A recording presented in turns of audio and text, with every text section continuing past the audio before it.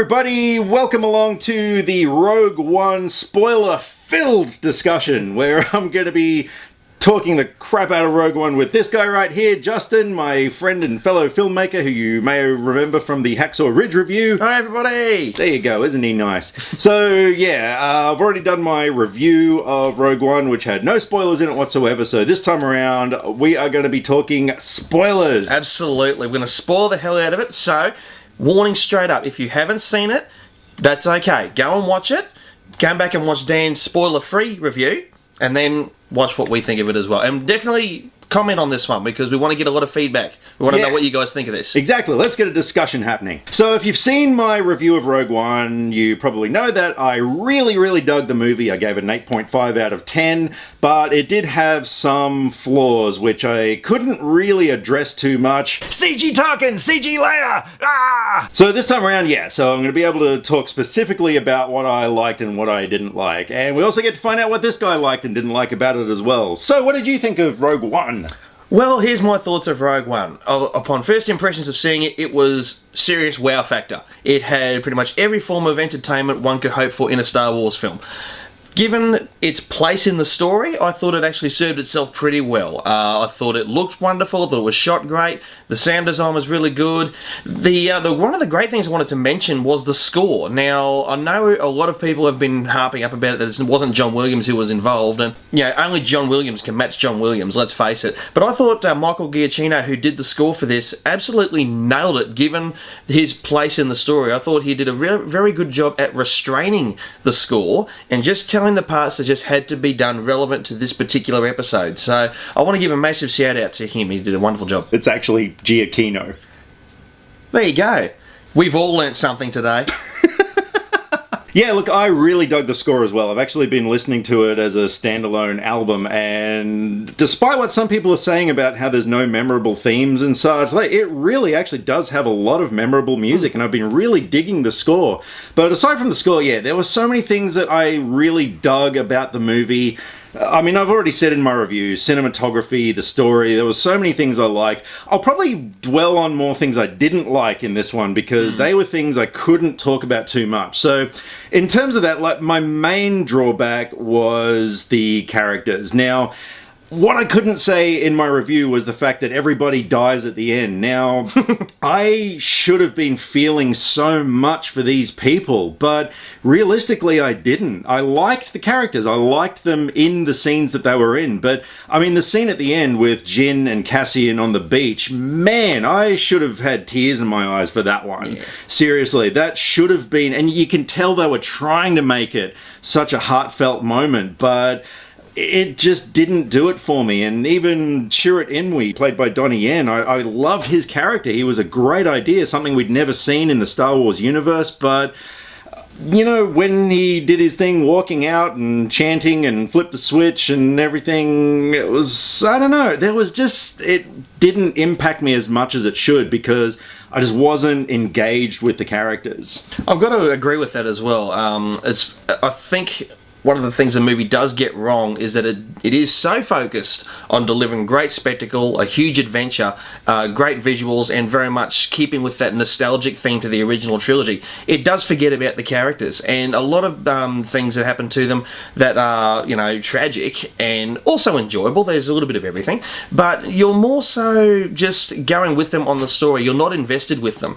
And I know Dan and I have talked before, like in comparison to the original trilogy, where moments that'll happen, say you've got your Han Solo moments, you've got your Luke Skywalker moments, your Yoda moments, even in Jedi when Yoda dies. That's sad as hell. But the trouble is, this movie, Rogue One, it's only got the one movie to do all that stuff and get that investment in there, whereas the original trilogy, naturally, you've got the two movies leading up to Jedi, for instance, to really get those characters invested in. That being said, I still think they could have done the investment of the characters in this film a little bit more. I would have been happy to go for another 20 minutes, maybe 15. Just to really get to know them a little better and to just see more depth in their relationships. One of the things that Dan's talked about in previous videos about the purpose of writing is to make sure that a character is different at the end than what they were at the start. Unfortunately, the only thing that's different about the characters at the end of the film is that they're all dead. So, unfortunately, if that's the biggest change that happens to all the characters, even the droid characters, that's a big problem because you've got no reason to feel sorry for them. We were talking before, about ways that we could improve the story, and I think, imagine if you had Jyn Erso at the start, who was kind of maybe a bit more carefree or something, which I know wouldn't really gel with her tragic backstory, but, something along those lines. And then in the middle of the movie, she just, has this crisis of faith, she just doesn't think she can go on and do this job or whatever. And then you have Cassian Andor, and, who brings in the bunch of rebels, and they're all like, come on, we're behind you, we can do this, and gives her a uplifting moment to make her triumph in the end. Something like that would be a more interesting character arc. And even Cassian Andor, maybe have him start off as a complete douchebag at the start, but then something changes in the middle and he's a different person at the end that we start to like more, or something like that. It just would have made it such a more interesting movie. And I really wanted so much to like the characters more. I would have given this movie a much higher grade. It could have been like a 9.5 out of 10. 0.5 taken off because of CGI Tarkin and CGI Leia. Now that's a whole nother thing we're going to talk about. Yeah. Now this is something that's dividing a lot of people. I've been reading a lot of stuff online, forums and what have you, and there are some people who are on Team Tarkin was awesome. I personally am on Team Tarkin was crap. Well, no, he wasn't crap, but look, it was a good job they did trying to get that character on screen. And I was saying to Justin before, if you look at still images, he looks great, but when you see him actually moving, I'm just not convinced. And that took me right out of every scene because I'm watching this soulless, lifeless face with nothing going on behind the eyes, and the first time was the wow factor. It was such a surprise. I had no idea, and for me, it was sort of like, wow, I was like studying every nuance of the face and what have you. I mean, I've seen the movie 3 times now, but every time it's kind of like, I'm just not buying it, and that takes me out of the scene. But I mean, it was integral to have that character in there, but for me, it just didn't work. I'm 50-50 with Tarkin. I think his inclusion of the story was a masterstroke. I really thought it was great. And maybe for nostalgic value, it was great to see Peter Cushing somehow on screen again. I really did enjoy seeing him back. I've only seen Rogue One the once, so I know, right? You shoot me now. Yourself a fan. I agree with what Dan's saying. The first time you see him is like, oh my god, that's Tarkin, holy cow, that's fantastic. You see him a few more times in the film, you sort of get over that really quick because your back of your mind is already saying, that's CG, that's all good. And I have to say I was impressed with the work that was done in the facial recreation. I was thrilled the first time. I wasn't thrilled by the time the last time we saw him, but I didn't get as distracted, I think, as what Dan has. My distracting moment was when we saw Leia at the end, when they brought her back the same way. And there was that moment, I sort of have compared it to I don't know, for anyone who's seen the Polar Express, going back a long way now, when the little boy in Polar Express, where his eyes were quite soulless, and you could just tell it was just too obvious, even though it was a CG film. Looking at Leia, that's the feeling I got from that one. I felt that maybe that's the reason why they only had her in the film for 10 seconds, is because they couldn't quite get it right. Whereas for Tarkin, I was happy to roll along with it. The technique itself, this is probably one thing we need to touch upon as well. The technique itself, I think, will never be perfect because the human eye sees far more detail than what visual effects like to that level can ever do. So it's always going to get detractions, it's always going to get criticisms, but I think at some point you just have to roll with it unless it is truly that bad, which is what I thought of Leia. In that particular bit, I thought that was pretty bad.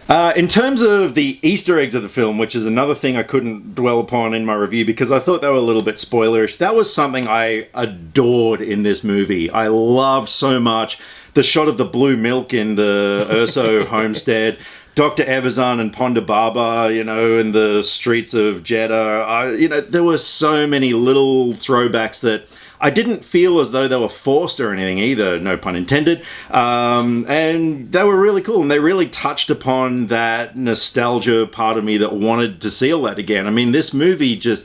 I actually watched A New Hope again the other day, and it's like watching a different movie now. Rogue One has seriously changed the way I see A New Hope, and for the better, because there's so many things in A New Hope that they refer to which we could only imagine before, but now we know exactly what happened. And, you know, just having a little bit of that backstory with Dr. Evazan and Ponda Baba, you know, he says that they've got the death sentence on 12 systems, but now we've sort of seen them on another system and stuff like that. And also Star Wars Rebels, there was a lot of nods to that, like featuring the Ghost, the ship from Rebels in the battle sequences and at the Yavin base, and Chopper rolling around in the background. There was all sorts of nods to that, which I really dug. And I thought it was great to see the old X-Wing and Y-Wing pilots back again. Anyone from the previous, or not previous films, I should say future film now, Episode 4. Can't really call it anymore. But it was great to see them actually fighting in this battle as well. It goes to show they weren't just hand-picked for the Battle of Yavin. They probably, you know, steadily employed rebel pilots, and this was just another, you know, war for them to fight. Yeah, and that was one thing I really dug with this movie as well that I didn't touch upon in my review, was the fact that I really got more of a sense of the Empire versus the Rebellion in this. It was really cool to see, like, a city under Imperial control. You know, we sort of got more of a sense of the government and the politics behind the Empire. And I know we've seen the Rebellion fighting the Empire previously, but this time around, I don't know, I just got more of a sense of what was going on behind the scenes of these fights and skirmishes. And another thing as well that I forgot to mention was the size of the Death Star. I just got more of a sense of its scale in this movie for some reason. I don't know if it was the way that it was shot, or seeing Star Destroyers, you know, in comparison to the size of the laser dish, but I really felt it was a lot bigger. And when Wedge said, "Look at the size of that thing," homeboy was right. I know what he's talking about this time around. You'll notice that when the guys launch the weapon, there is still no railing on the side where the platform is. They are still at risk of hurting themselves. So anyway, I says forget the dental plan, forget sick leave. I just want a railing. You know, one railing, right here. Yeah, I know. I've almost fallen over that thing so many times. So what'd they say? Oh, get this. They said they're worried we'd be leaning all day. Oh, they said that? Yeah. Well, none of this will matter when we're famous singers. The Empire still has to answer for these things. But we are talking about an Empire who destroyed the base on Scarif just to get rid of Krennic. So, you know, in terms of that, I don't think they really care about their employees too much. Talking about, like, the nostalgic factor and sort of everything looking more so like the episodes 4, 5 and 6, I got to give a shout out to Greg Fraser, who was the Australian cinematographer who shot the film. I actually read that they used the actual lenses that Quentin Tarantino and Robert Richardson had found to shoot The Hateful Eight. They were sitting on these old shells, they were just vintage lenses, they weren't doing anything, and they were resurrected to use with the cameras that they used to shoot The Hateful Eight. They didn't use the same cameras for Rogue One, which is why you don't have that really wide aspect ratio, but the fact that the lenses were used, it just served the purpose so well in terms of the fact that things are getting bleaker, and by the time that the Death Star is in existence, there's just not a lot of colour in the film. It's just getting, like, you know, just greyer and greyer. I thought the lenses did a great job of that. They did a wonderful job with vast landscapes. I thought it was really good. It comes back to that nostalgia look, and it just looked really, really well done. So I've got to give a big shout out to Greg Fraser, who did a wonderful job with shooting it. I really do hope, not A New Hope, a current one, I really do hope it is considered for cinematography come Oscar time, because I really thought that the level and standard that it was shot at was good enough to match anything that was done with the original Star Wars in 1977. And that was also, I believe, nominated for an Oscar as well for cinematography. So I really do hope that it gets nominated. Yeah, all that definitely added to the fact that, I mean, this movie looks seamless as far as comparing it to A New Hope. I mean, you know, even though we had some modern camera techniques, like some handheld camera work, that kind of stuff, I mean, the aesthetic of everything just blended so well with A New Hope. And yeah, that was another reason why I ranked the movie so highly. In terms of ranking the movie in compared to the other ones, now this is a discussion we've been having. Yeah. I can't do it because This movie didn't have the deep characters for me that I really want in terms of loving a story.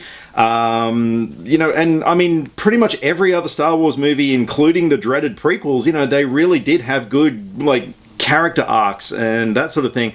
But this movie didn't. But it did have incredible action sequences. It had, a battle that was up there with Hoth and Endor, as far as I'm concerned. It had arguably the greatest Darth Vader moment we've ever seen. And I mean, it had so much going for it, but I know some people are ranking it, above Empire Strikes Back. They're, putting it, well, wherever they want on the list, but I just can't really do that at this point, because maybe I've just got to give it more time. Maybe I've got to see it a lot more to really let it sink in, but I just can't really sort of put it anywhere. Because, I mean, if you told me which would you rather watch, The Phantom Menace or Rogue One, I'm going to choose Rogue One. But, yeah, it doesn't necessarily mean it's better in every sense of the word. But, yeah, I'm terribly confused right now. Yeah, I've got to side with Dan on this one as well, because, again, you've got to look at it, I guess, from different points of view. And, again, those who have been ranking it with Empire Strikes Back, you're entitled to your opinion. Go for it. I think it's certainly up there with some of the best Star Wars films. I wouldn't put it up there with Empire, only because of the characterization. If we're looking in terms of ranking the films in terms of entertainment value, then yes, it's up there with Empire and New Hope, together. As far as characters are concerned, as much as everyone hates the prequels or just doesn't favour them as much as the originals, to a certain extent, I'm a fan of the prequels, because I guess I watched the films. I know, don't do it. It's getting cold in here. I guess I look at it from story perspective. Everyone just bitched and moaned about episode 1, and whereas I just went along with it because I knew nothing was going to happen in it. The fact that Darth Maul comes into it and just, that lightsaber battle at the end of that one, that was worth the admission. To me, episode 2, one gigantic fuck up. Except for the last minute of Yoda finally showing what he's capable of. Which I didn't like. So there again, two different things. So it depends on how you rank them and what you want to base your ranking on. I guess for character development, I would put Rogue One towards the middle end of the middle end. There is no middle end. It's why it's called the middle. I would probably put Rogue One in the middle. Where it belongs in terms of its story, between 3 and 4. As far as entertainment is concerned, I would put it up towards the higher end of the scale, towards episode 4. You've just got to, like some bits and take other bits with a grain of salt, and just eventually enjoy the film. At the end of the day, Rogue One had no Gungans in it, so that's got to be a good thing. Yeah, absolutely. And at the end of the day, I mean, goddamn, the Vader scene in this movie, all the Vader stuff, I loved. I mean, seeing him in the Bacta tank without the suit and like in this vulnerable moment, I thought was really neat. I loved the confrontation between him and Krennic. Just hearing James Earl Jones's voice booming from those cinema speakers. Yeah, it was like I had a great moment watching Star Wars Rebels when Vader came back into it and it was voiced by James Earl Jones. I thought that was great, but to see him in another movie now, and yeah, culminating in that scene at the end, which I call the Battlefront scene, because if you've played Star Wars Battlefront, you know that you can like force choke people, pick them up, throw them away, cut them in half, whatever you want to do. And yeah, to actually see that happen, I just love that moment so much. I mean, Darth Vader is one of my most, if not my most favorite, movie villain of all time. And I was happy. I mean, a lot of people say, oh, he wasn't in it very much, but this wasn't a Vader movie. In as much as Suicide Squad wasn't a Joker movie. And funnily enough, this movie actually maybe should have been called Suicide Squad when you think about it. Good point. Yeah, so look, I was really happy with the amount of Vader in the film. I was as well. As Dan said, this wasn't a Vader film. Vader is at a point now where he's sort of cameoing through the story. He's not really driving the story, at the very least not until episode 4. But as far as his ending for this particular film was concerned, wow, it was if you knew it was coming, you would have been a lot more patient with the film. The fact that we didn't know it was coming, it was just like a great icing on a great cake. And it's a shame that it only goes for a minute. There are probably some people who may have seen this already without having seen the film, because some dick has released it online. Whoever you are, please take it down. Come on, you're spoiling it for everyone else in the cinema. And it's just like, this will be the iconic moment of that film. It'll be the part that everyone will be talking about going into episode 4. And it's almost a shame it's so brief. It's barely a minute. That's what she said. But it's barely a minute long, but it's one of the most exciting, and I believe it's one of the most iconic moments in the Star Wars saga altogether, because it's great to see Vader actually in his element, so to speak, at this point of the story, because the last time we saw Vader was in episode 3, where he actually physically became Vader. So now there's that sort of gap, we're talking maybe 18, 20 years, where we don't quite know how much of a badass he is, except that he's obviously very feared. But at this point where you see what he is capable of, not so much by reputation, but just seeing what he can do, because even in episode 4, okay, he could force choke somebody doing that, but by the time he and Obi-Wan were fighting, they were old men. You know, they weren't really, you know, spring chickens. Whereas in this particular part, he is a spring chicken, and he is absolutely going mental. And it's the sort of part you want to go, okay, skip back to the start of that chapter, let's watch that again. So look, summing it up, I mean, my score hasn't changed. Like, I mean, every time I've seen the movie, it does get better for me. Like, I enjoyed the movie more the second time around, because the first 2 acts, when you first see it, they do, I wouldn't say drag, but the movie is setting up, it's putting all the pieces in place for that amazing third act. And the second time you see it, knowing what's coming, it actually makes it a better film. So I really did enjoy it more the second, third time around. But I mean, my score's not going to change, because I really did want to invest more into the characters. I think that should have been such an important thing to make it a really emotional movie. I mean, when you got a bunch of people who are going on this mission knowing they're going to die, I mean, God, they really should have emphasized that more, and yeah, just like I said, make everyone a different character by the end and get us on board with them more. So yeah, there was that, but like I said, it had so much going for it, and so my score is not going to change, definitely. But yeah, overall, it was definitely a really entertaining film, a great action movie, and easily one of the best Star Wars movies that we've had. I agree, yeah. For the Star Wars films that are to come, it has set a very high benchmark, and I'm going to agree with Dan on this one. I'm also going to give it an 8.5 out of 10, solely because of the fact that I agree that the characters should have been deeper. This film has obviously set a very high benchmark for the Star Wars films that will follow, be it anthology or even episodes 8 and 9. So it's got to still, you know, perform, but at the same time, it could have invested more into the characters. But don't get me wrong, for entertainment, you are going to get your money's worth. And the fact that it only had one movie to do it. I mean, that's a really important thing to think about when you're bagging this movie and that sort of thing. Because, yeah, if we had a trilogy, you know, for these characters to you know, fall in love with them, it might have been a different story. But, yeah, for what it did for one movie, yeah, it was okay. So thank you very much for sitting through this spoiler-filled discussion. If you are actually there, If you're still here, is anyone still out there? we thank you. You still there? And let us know what your spoiler-filled thoughts were on Rogue One. I mean, we're assuming if you've watched this video that you have actually seen the film. If not, good one, dickhead. So drop us some comments either here on Facebook. All the social media links are down in the description below. And thank you very much once again to Justin for joining me on this video. And also, don't forget to subscribe to this guy's channel. How many are you on there? 187. 187. It's almost Christmas. We're at the end of 2016. By 2017, we want to be at 200, okay? So make sure you subscribe, please. All I want for Christmas is subscribers. Because this guy loves to talk about movies, and he wants to talk about movies with you. What he said. Click subscribe to stay up to date with all the latest movie reviews. Skynet will be taking over any day now, so what have you got to lose? Nyah.